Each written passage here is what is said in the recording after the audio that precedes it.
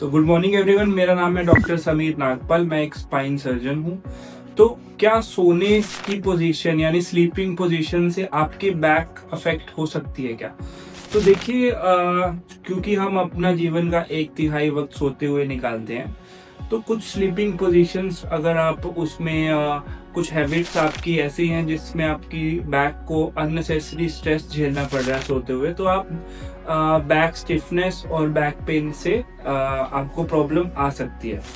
तो इसमें आपको मैं एनाटॉमी से समझाऊंगा स्पाइन की, जो कि नॉर्मल एक स्पाइन है उसके अंदर 4 घुमाव होते हैं यानी कर्व्स होते हैं, जैसा कि सर्वाइकल स्पाइन में, डोर्सल स्पाइन में और लंबर स्पाइन में और सेक्रल स्पाइन में। ऐसे ही स्पाइन जब हम खड़े हैं और लेटते हैं तो भी हमको यही स्पाइन अलाइनमेंट मेंटेन करनी होती है। तो पहली स्लीपिंग पोजीशन है सुपाइन पोजीशन, जिसमें आप कमर के बल सीधे लेटते हैं।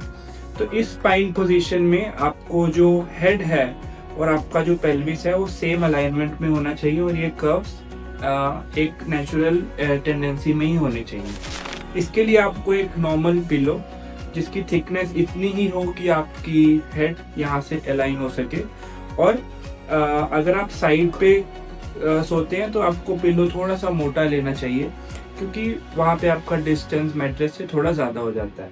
मैं अवॉइड करूँगा आपको कि मैं आपको पेट पे सोने के लिए अवॉइड करूँगा, क्योंकि वो एक नेचुरल पोजीशन नहीं है और उसके अंदर आपकी नेक को अननेसेसरीली टिल्ट करके ही आपको सोना पड़ता है। तो ऑलरेडी अगर आपको नेक पेन या बैक पेन है तो उसमें मैं आपको अवॉइड करूँगा कि आप पेट के बल सोएं।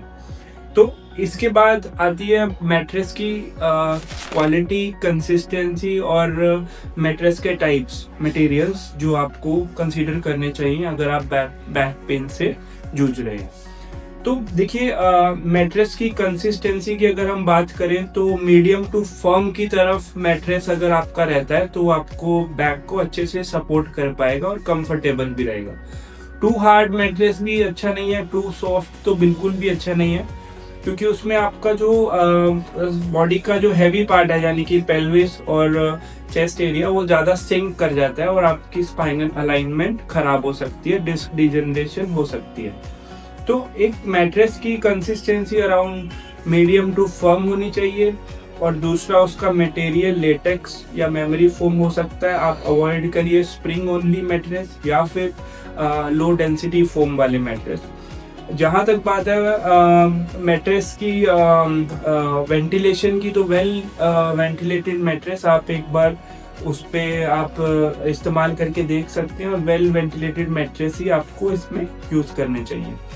इसके अलावा आप कुछ स्ट्रेचेस कर सकते हैं जो मैं आपको अगली वीडियो में शेयर करूँगा। Thank you.